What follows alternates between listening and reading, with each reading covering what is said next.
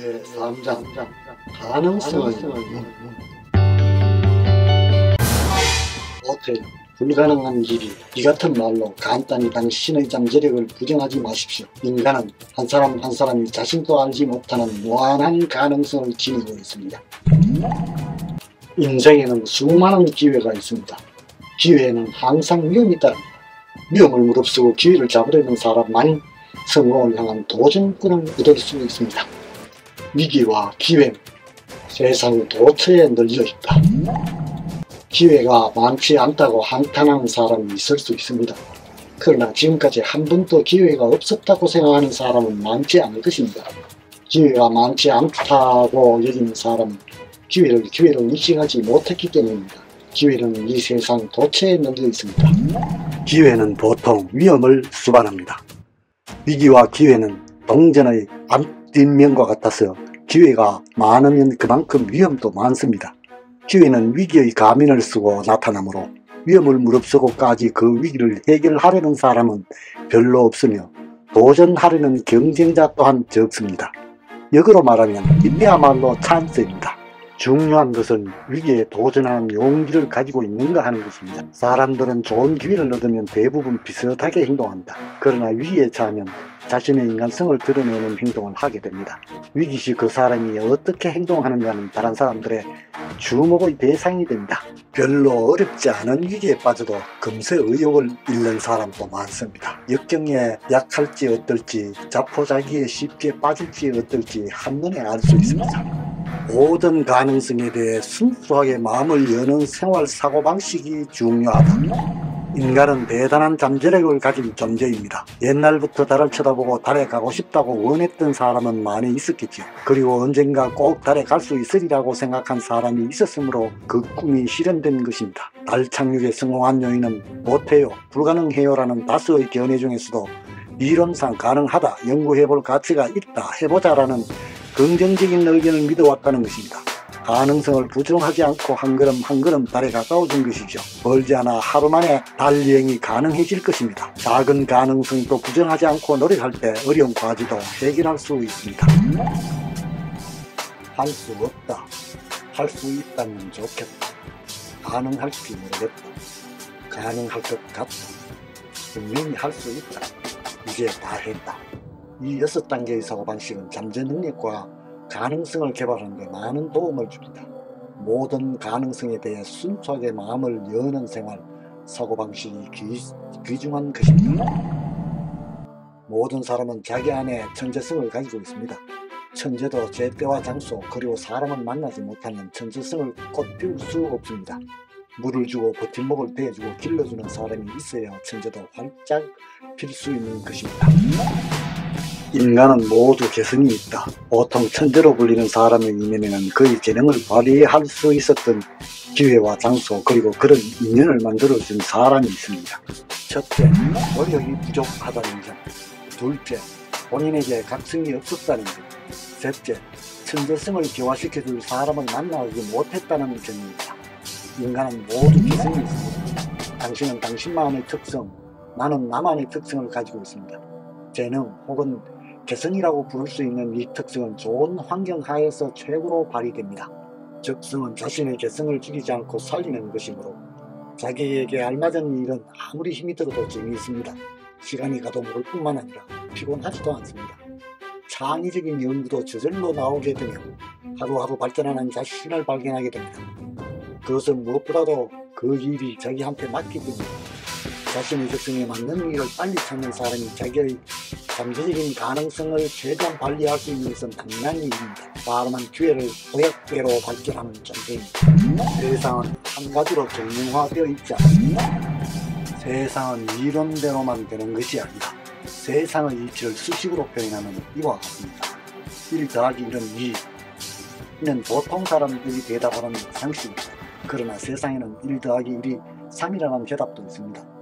예를 들어 한 남자와 한 여자가 결혼해서 만일 쌍둥이를 낳는다면 4라는 답이 될 수도 있겠지. 세상은 이론대로만 되는 것은 아닙니다. 세상 만사를 무턱대고 이론만으로 따지려 드는 것은 우리의 선배들은 문제를 이론적으로 처리하기 위해 법률이나 규칙을 마련했습니다. 그러나 법이나 규칙의 해석은 천차만별합니다. 사람 수만큼 법이 있다고 할 정도이죠. 여러분이 인생길에서 만나는 문제는 예외투성이인 응용 문제들입니다.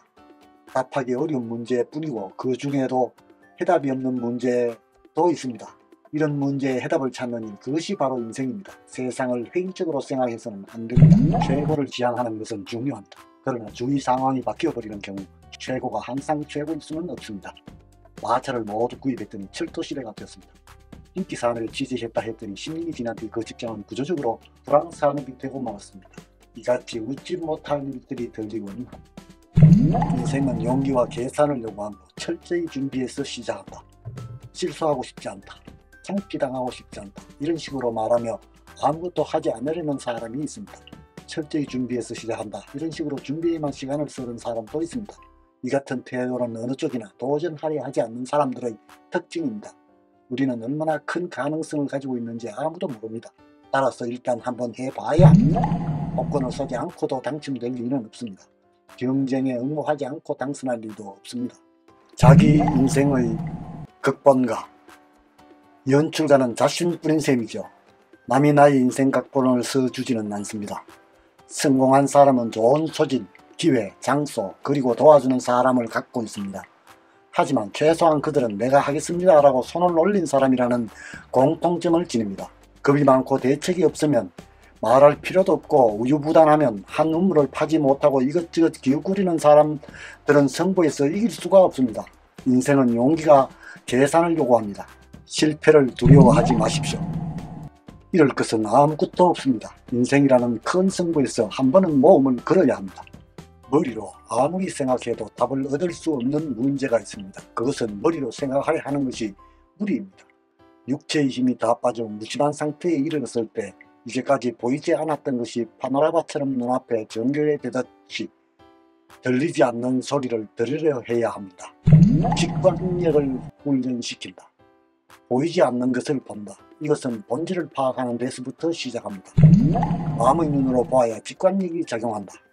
직관력이 가장 크게 작용하는 것은 실험의 감정입니다. 어떤 사람은 첫 인상부터 아무도 좋아하게 될 것 같지 않습니다. 처음부터 이런 느낌을 갖게 되면 좀처럼 생각을 바꿀 수가 없습니다. 직관이 정답일 경우가 많습니다. 말하자면 파장이 맞지 않는 것이죠.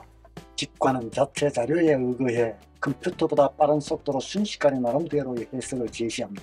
우리는 사회생활을 하게 되면 싫어하는 사람과도 함께 일해야 합니다. 그렇게 되면 좋고 싫음의 감정을 감추고 생활을 하게 되는 것입니다. 직관은 우리가 태어났을 때부터 현재까지 축적해온 단순한 자료가 아니라 우리의 영혼이 수만 년 전 전생으로부터 상속받은 재산입니다. 그러므로 보이지 않는 것을 보고 들리지 않는 것을 듣고 처음 만난 사람의 인상을 갖게 해주는 것입니다. 그러나 본질을 파악하지 못하는 직관력은 계속 잘못된 답을 주겠죠. 사기꾼은 시인사보다 더 훌륭한 모습과 말시로 접근합니다. 그러나 직관력을 옳게 사용한다면 그의 정체가 무엇인지 판단할 수 있습니다. 겉모습에 눈이 멀지 마십시오. 눈으로만 보면 안됩니다. 마음의 눈으로 보아야 직관력이 작용합니다. 알게 되는 것은 작은 깨달음, 눈앞에 있어도 몰랐던 것을 어느 순간에 깨닫게 됩니다. 모든 존재는 아름답고 모든 사건은 의미가 있는 것입니다. 진실하게 살아가는 것이 삶이다. 청년은 육체로 세상을 배우고 장년은 마음과 지성으로 세상을 대하며 노년은 영혼으로 세상을 느낀다. 이것은 신비교육학자 루돌프 슈타이너의 말입니다. 의식이 우주와 연결되어 있음을 깨닫는 데에는 오랜 시간이 걸립니다. 여러 번 윤회를 거듭해야 알게 될지 모릅니다. 그러나 의식과 우주와 관계가 있음을 어렴풋이 아는 것만 또 드문 일입니다. 알게 됐다는 것은 깨달았다는 것입니다. 퍼뜩 생각이 들었을 때 우리는 순간적으로 깨닫게 된 것입니다. 눈앞에 있어도 몰랐던 세계가 벽을 넘자마자 똑똑히 보이기 시작했다.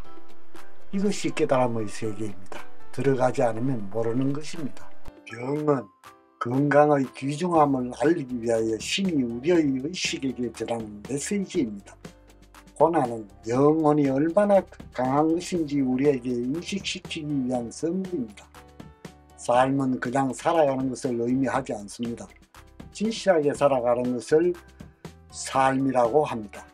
우리 주변에 있는 것은 모두 아름답습니다. 우리 주변에서 일어날 일들은 모두 의미가 있습니다. 깨달음은 이 같은 사실을 알게 된 후 찾아오는 것이죠.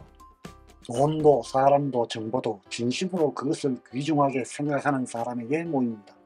돈이나 사람이나 정보는 모두 스스로의 가치가 올바르게 평가되면 아주 좋아합니다. 실제보다 과대평가하면 업신여기는 것과 같다. 돈은 그것을 귀중하게 여기는 사람에게 모입니다. 인재는 사람을 알아보는 사람에게 모입니다. 정보를 귀중하게 생각해야 그것을 수입할 수 있습니다. 그것들 한 번 쓰고 버릴 듯이 다루는 사람에게는 돈이나 사람, 정보가 모이지 않습니다. 사람은 자신의 가치를 올바르게 인식하는 사람, 자기를 제대로 평가해주는 사람에게 호의를 가지게 마련이며 좋은 감정을 가지게 되는 사람들은 의외로 정보를 가져오게 마련입니다. 정보를 확대하려면 어떻게 하면 좋을까요?